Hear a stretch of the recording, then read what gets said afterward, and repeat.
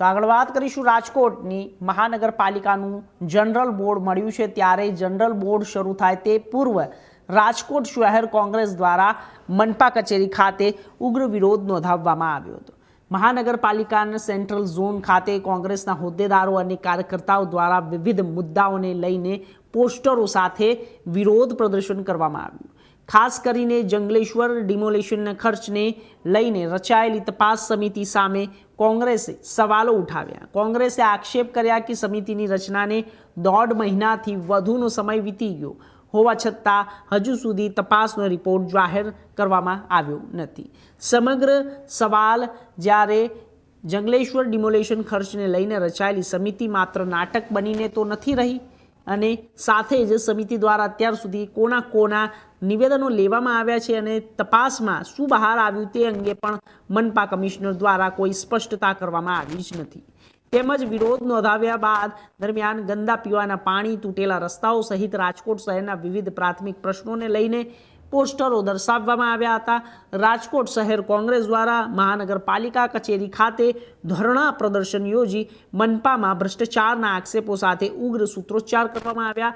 પરિસ્થિતિ વણસતા રાજકોટ શહેર એ division police પણ ઘટના સ્થળે પહોંચી પોલીસે રાજકોટ શહેર કોંગ્રેસ પ્રમુખ રાજદીપસિંહ જાડેજા સહિતના કોંગ્રેસના હોદ્દેદારો અને કાર્યકર્તાઓની અટકાયત કરી સૂત્રોચ્ચાર કરી રહેલા કોંગ્રેસના કાર્યકર્તાઓને પોલીસ દ્વારા ટીંગાટોળી કરીને અટકાયત કરવામાં આવતા મનપા કચેરી બહાર થોડા સમય માટે ભારે ગરમાવો જોવા મળ્યો હતો।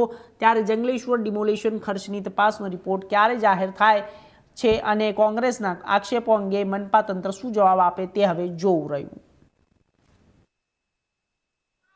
રાજકોટ મહાનગરપાલિકા ખાતે મળે જનરલ બોર્ડ પહેલા રાજકોટ શહેર કોંગ્રેસ દ્વારા જે કહેવાય કે વિરોધ કરવામાં આવ્યો છે દ્રશ્યોમાં જોઈ રહ્યો કે રાજકોટ મેયર ચેમ્બરની બહાર અત્યારે રાજકોટ શહેર કોંગ્રેસના આગેવાનો છે કે મોટી સંખ્યામાં એકત્રિત થયા છે અને હાઈવે કમિશનર તેમજ ભાજપ કરી તારાશાહી નહીં ચલેગા જેવા નારા સાથે ઉગ્ર વિરોધ કરી રહ્યા છે। બીજા દ્રશ્યો જોઈ રહ્યા છે રાજકોટ મહાનગરપાલિકા કચેરી ખાતે ઉગ્ર વિરોધ છે કે કોંગ્રેસના જે આગામી કરો છે તે કરી રહ્યા છે। મહત્વની વાત છે કે મહિલાઓ સાથે ગેરવર્તન કર્યું છે। શું કહેશો અત્યારે કોંગ્રેસ દ્વારા વિરોધ કરવામાં આવ્યો છે પણ ક્યાંક ને ક્યાંક તાનાશાહી કરવામાં આવી છે, શું કહેશો?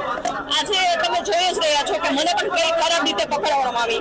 આજે અમે જ્યારે પ્રજાના પ્રશ્નોને વાચા આપવા આવ્યા હોય ત્યારે આ લોકોએ ખરેખર વિરોધ પક્ષ તરીકે અમને સાંભળવા જોઈએ કારણ કે અમે ક્યાંક ને ક્યાંક રાજકોટની જનતા જે સામાન્ય પ્રશ્નોથી હેરાન છે એની રજૂઆત કરવા માટે જ આવ્યા છીએ।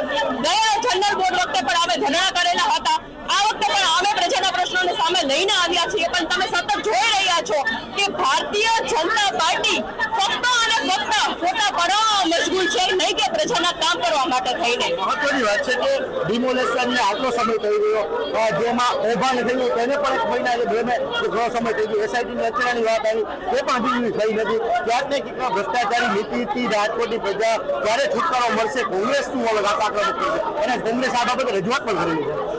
તમે જોઈ રહ્યા છો કે ઘણા સમયથી એસઆઈટીની રચના થઈ છે પણ એનું કોઈ નિરાકરણ નથી આવ્યું। ફક્ત જે વાત છે ડિમોલેશન બાબતની અને જે મોટા પાયે જે ઐતિહાસિક ભ્રષ્ટાચાર કહી શકાય એને ખાલી છુપાવવાનો પ્રયત્ન કરવા માટે જ એસઆઈટીની રચના થઈ છે પણ ખરેખર જે વાસ્તવિકતા પ્રજા માટે સામે કે આ મીડિયાના માધ્યમથી જે લોકોની સામે આવી જોઈએ એ હજી સુધી આવી નથી।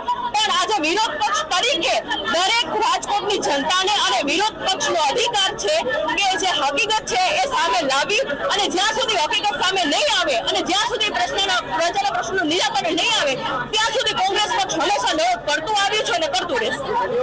આપ જોઈ રહ્યા છો કે અત્યારે રશિયામાં અત્યારે શહેર કોંગ્રેસના નેતાઓ છે કે મોટી સંખ્યામાં એકત્રિત થયા છે, અત્યારે હાલ માંગ કરી રહ્યા છે જે રીતે સમગ્ર મામલો બન્યો છે કે ત્યારે આપણી સાથે વસરામભાઈ સાગઠિયા છે। વસરામભાઈ, અત્યારે વિરોધ કરવામાં આવી રહ્યો છે ડિમોલેશનનો પણ જે કૌભાંડ છે તેનો પણ વિરોધ છે, કેમ કાર્યકરો સાંભળતો નથી કોંગ્રેસની વાત? ભાજપે જુદા જુદા દરેક ક્ષેત્રમાં કરોડો રૂપિયાનું કૌભાંડ કર્યું છે, કરે છે અને કરાવેલું છે।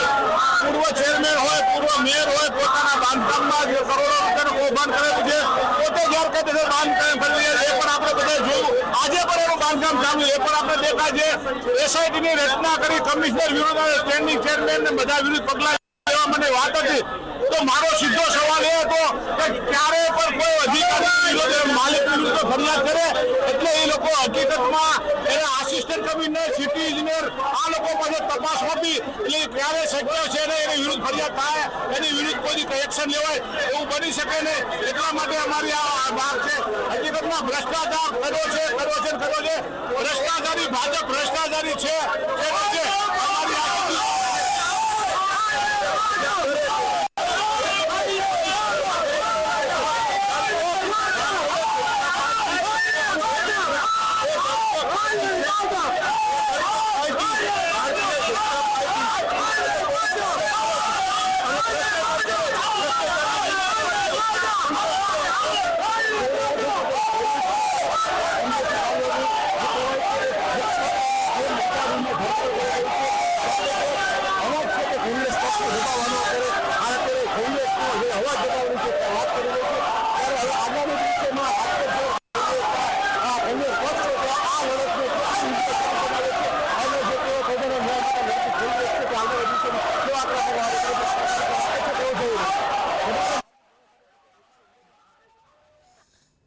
તો આગળ વાત કરીએ સુરેન્દ્રનગર જિલ્લામાં હોટલ અને રેસ્ટોરન્ટમાં ખાદ્ય ચીજોની